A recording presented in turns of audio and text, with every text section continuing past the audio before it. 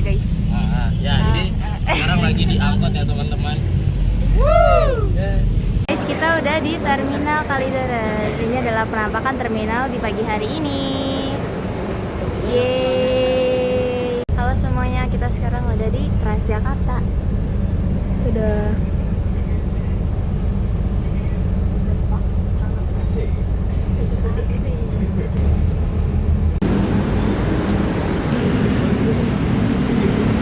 Kita lagi transit dari Damai ke Jelambar arah Kota Tua. Guys, kita sekarang udah nyampe di Kota Tua. Oh guys, kita udah nyampe di Museum Bank Indonesia. Jadi di sini dijelasin tentang nenek moyangku, orang tua, bukan semboyan kosong. Jadi pelaku sejarah sudah melakukan perdagangan global sejak abad pertama tarik umum. Dengan kapal sederhana mereka menyeberangi samudra membawa rempah sampai Asia Barat, Madagaskar, bahkan ke timur Afrika. Perahu-perahu itu tidak digerakkan oleh layar, tetapi oleh semangat dan keberanian. Ujar Kagum Pinius, sejarawan Romawi. Pelayaran ini juga disebut dalam sumber kuno seperti kitab Yunani, petunjuk laut ke lautan Eritrea. Harusnya koye kan? Nah, itu. Koye kali? Nah, misalnya kita ada bumbu dapur yang senilai emas. Jadi rempah-rempah Nusantara itu sudah populer sejak ribuan tahun silam. Dari Asia Barat, pedagang Arab itu menyalurkan komoditas ini hingga ke Venesia, dan dari sana dijual ke seluruh Eropa dengan harga setinggi emas. Maraknya itu perdagangan di Asia kelak melahirkan cikal bakal perbankan di Nusantara. Nah, contohnya bisa dilihat dari sini ya. Ini adalah dari orang-orang yang dari Asia Barat, bisa belajar sini. Nah, coba itu ada kayu bekas dari perahu yang mereka naiki. Dari Sari boleh ngumpul di sini. Nah, ini sudah awal.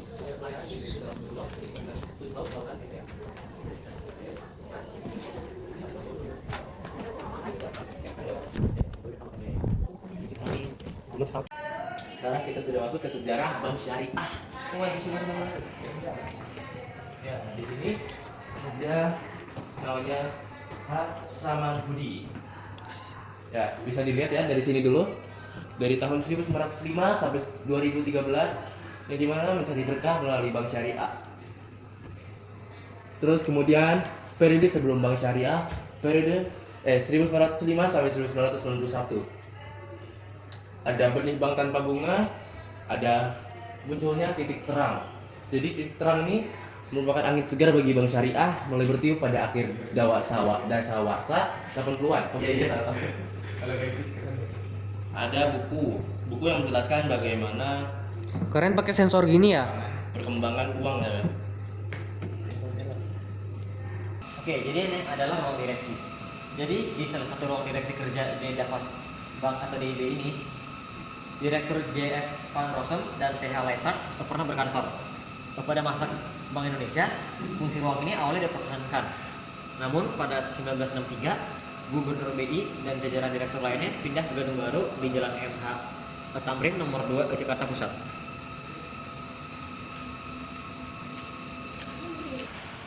Kalau mau apa dari sini? Saya tidak kelihatan.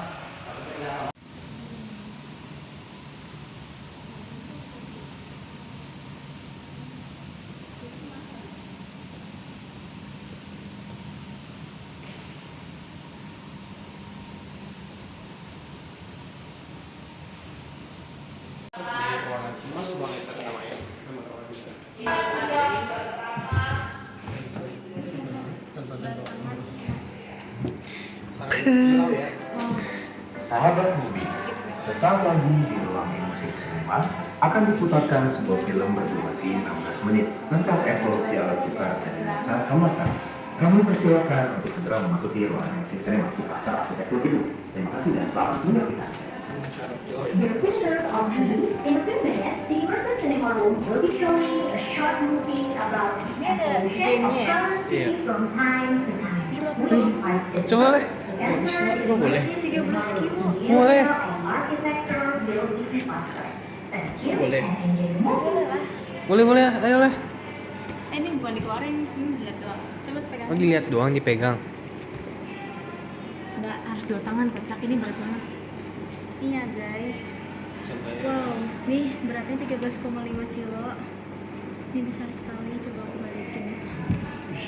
999,9 karat.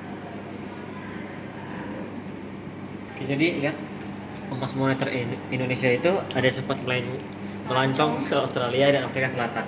Untuk kita di sini data-datanya.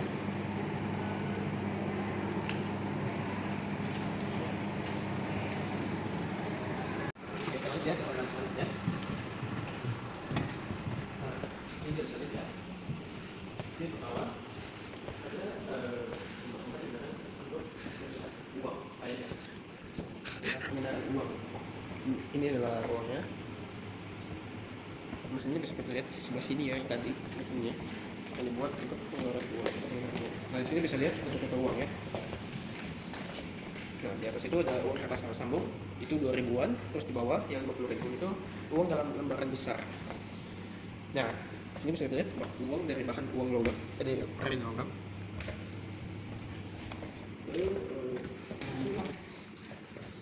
Hasil uang yang telah berhasil dicetak. Ini sketsa. Tuh, sebenarnya di sketsa.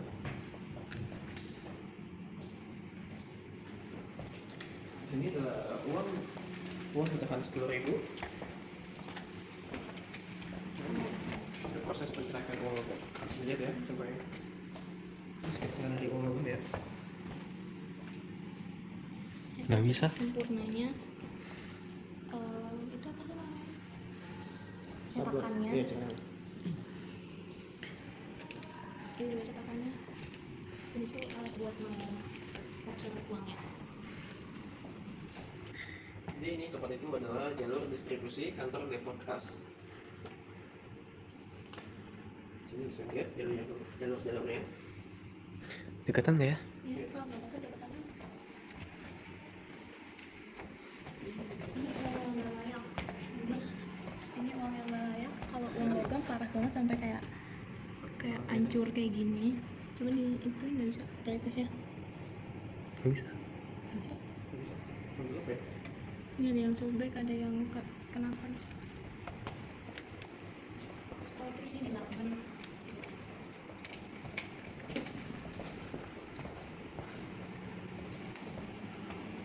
Ini contoh uang-uang lama yang diedarkan dulu, dan ini pecahan uang logam yang udah ditarik dan dicabut dari peredaran atau pasaran.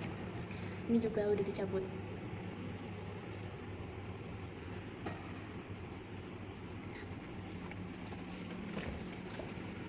Kalau ini pemusnahan uang kertas dengan cara dibakar di semacam tungku gitu.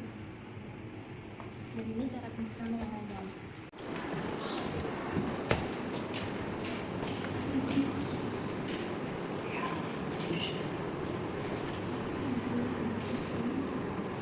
Guys, ini buku-buku sejarah ya. Jadi bisa kita lihat buku-bukunya ini lumayan banyak, dan ini pertama kali kita ngelihat buku yang paling gede banget nih, guys. Lihat nih. Gede banget kan? Gede banget ini. Tulisannya apa, Leh? Oh ya, itu aja sih tulisan kamu dulu. Tapi rapi dong. Gila. Rapi dong. Oke, kita lanjut ke ruangan selanjutnya.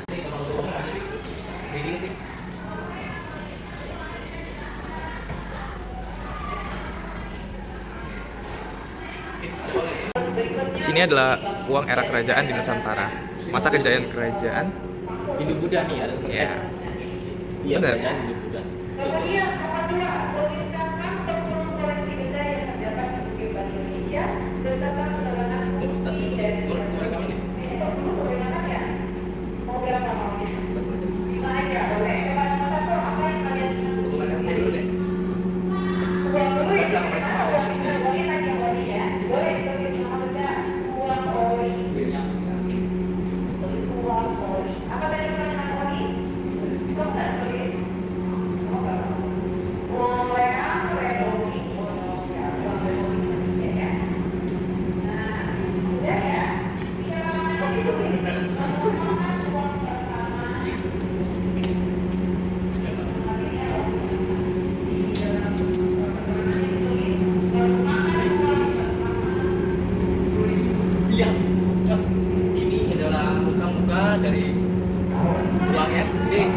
10.000 ya? Iya, Masih sering tuh. lihat, masih sering lihat nih. Dan ini 1.000. 1000. Patimura kan? Ini 2000 kan? Ini 2000. Ini 2000. Betul. Era Kartini saat itu pada zaman dulu pernah muncul, tapi sekarang sudah tidak muncul lagi. Iya.